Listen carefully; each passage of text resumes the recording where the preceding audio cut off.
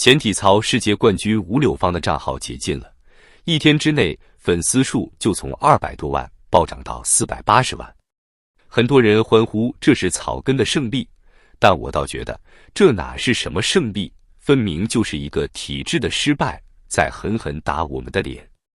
让我们先来看几个惊人的数据：中国现役运动员超过50万人，退役运动员保守估计有200万人。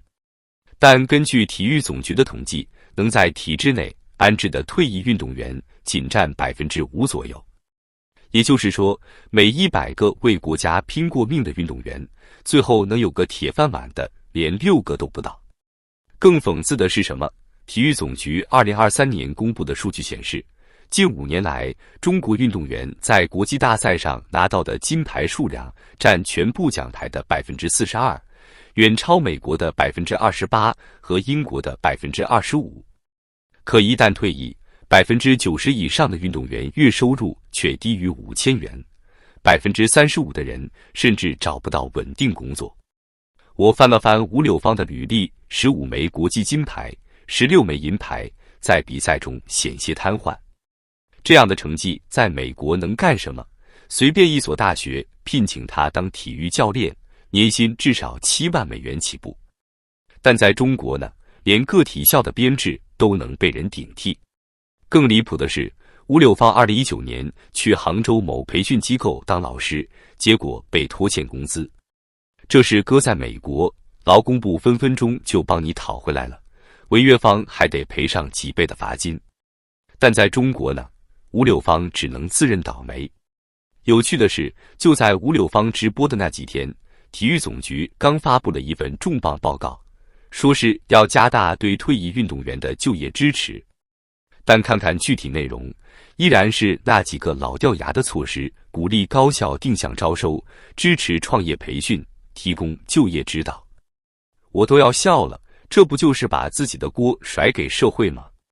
说到这，不知道那些指责吴柳芳犹如体操形象的人脸红不红？一个为国家拿了31块奖牌的世界冠军，不得不靠跳舞养活自己，这到底是谁的耻辱？现在的情况是，你不给人家工作机会，又不让人家自己找活路，这不是典型的又当又立吗？更讽刺的是，在吴柳芳账号被封的那几天，一位拿过奥运金牌的运动员跑出来说，这才是体育精神，也是运动员退役后寻求正确价值观的导向。好家伙，这话说的仿佛吴柳芳是自愿选择当网红似的。要我说，真正缺乏体育精神的，恰恰是这些高高在上、对落魄同行指手画脚的人。再来说说这次吴柳芳事件背后更深层的问题。你们可能不知道，中国体育界的举国体制每年要花掉多少钱？根据财政部公开的数据，2022年全国体育支出预算高达2900多亿。这么多钱都花哪去了？反正没花在退役运动员身上就是了。有个数据特别刺眼，据体育总局统计，全国各级体校储备的青少年运动员有近60万人，但最终能进入国家队的不到1%。那剩下99%的孩子呢，基本上都成了体教双失的牺牲品，连基础教育都没跟上，你让他们以后怎么活？更可怕的是什么？去年一份来自北京体育大学的研究报告显示，90%以上的退役运动员身上都带着各种职业伤病，光是严重到影响正常工作的就占到42%。但你猜怎么着？能拿到工伤保险赔付的连5%都不到。所以别看现在吴柳芳直播收入还不错，但30年后呢？当他颈椎病复发，膝盖撑不住的时候，谁来管他？反正不会是那些现在骂他媚俗的人。有意思的是，最近又冒出个类似的新闻，前击剑冠军秦雪也开始做擦边主播了。29岁，带着3岁的女儿，同样是体制内找不到好工作。这让我想起一个触目惊心的数据，据非官方统计，近5年来至少有500多名退役运动员转型做主播。其中超过60%的人表示实在是没有更好的选择。我查了下击剑这个项目，中国队近10年在世界大赛上拿了83块奖牌，为国家赢得了多少荣誉。但你看看人秦雪现在说的是什么？我不想火，我只想挣点钱养娃，多么朴实的话，但听在耳朵里怎么这么扎心？最搞笑的是什么？就在前几天，体育总局还在吹嘘说已经建立了退役运动员安置跟踪系统。结果你们猜怎么着？这个所谓的系统连最基本的数据都没搞明白。比如全国到底有多少退役运动员，在哪些行业，收入水平如何，统统都是模糊数字。这不禁让我想起一个特别讽刺的对比：美国退役运动员平均年收入是5.2万美元，英国是3.8万英镑，就连韩国也有4200万韩元。而根据中国政协委员去年的一份调研报告，我国退役运动员平均月收入只有4300元，还不到普通打工人的水平。更扯的是，现在抖音上但凡有个退役运动员开直播，底下评论必有一堆人说：“你们可以去当教练啊！”拜托，全国体育培训市场就这么大，能容得下几十万退役运动员。而且别忘了，光是今年1年就有将近3万运动员退役。这些人都去当教练，是想把培训市场卷成内卷地狱吗？其实吴柳芳账号解禁这事，与其说是一场胜利，不如说是一记警钟。你们发现没有？从他被封到他解禁，从头到尾都没人解释原因。这种不透明的执法方式才是最让人害怕的。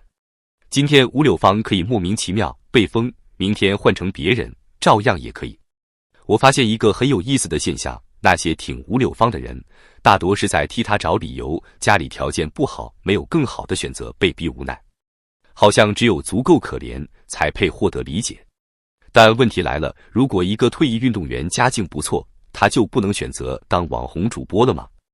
我查了个数据，2023年抖音电商直播总交易额达到3.7万亿，带货主播平均月收入超过3万元。你说吴柳芳干嘛非要去挤那个体制内每月4300块的饭碗？但偏偏有人觉得，宁可看着他在体校当个清贫教练，也不愿看他在网上跳个舞。这是什么逻辑？前2天我还看到一位前奥运冠军在社交媒体上发文说，运动员退役后要找对方向，要维护体育精神，听着挺冠冕堂皇，但仔细一想就觉得可笑。什么叫对的方向？谁来定义？难道非得像你那样混个央企副总才叫找对了方向？根据一份民间统计，近5年来有资格进入体制内的退役运动员，90%以上都有关系背景。这个数据虽然不是官方的，但结合现实观察，一点都不夸张。你看看那些混得好的退役运动员，哪个不是有后台的？最近我注意到，又有个前击剑冠军秦雪开始做网红了，和吴柳芳一样，也是单亲妈妈，也是擦边直播。我猜她这号踏实也快被封了。但你们想过没有，为什么这些前世界冠军一个个都往这条路上走？数据显示，2023年中国直播带货市场规模达到4.7万亿，比2022年增长了45%。趋利避害，这不是很正常的选择吗？更讽刺的是，那些指责吴柳芳、秦雪堕落的人，大多都是体制内的既得利益者。我找到一组数据，国家队教练的平均年薪是40万，体育总局的处级干部年薪至少50万。怪不得他们看不上这些低端工作，站着说话不腰疼啊。最后我想说，吴柳芳这事的本质根本不是他一个人的悲剧。据统计，目前中国有超过200万退役运动员，其中70%以上都在为生计发愁。他们年轻时为国争光，退役后却沦为社会最底层，这才是最大的国耻。有人说我这是在唱衰，但数据摆在那里，2023年中国的社会平均工资是8604元每月，而退役运动员的平均月收入只有4300元，连社会平均水平的一半都不到。这难道不值得反思吗？所以我想说，吴柳芳的解禁不是终点，而是开始。如果体制不改革，还会有更多的吴柳芳站出来，只不过到那时，可能连擦边这条路都走不通了。毕竟连最后的求生出路都被堵死，这才是最大的悲哀。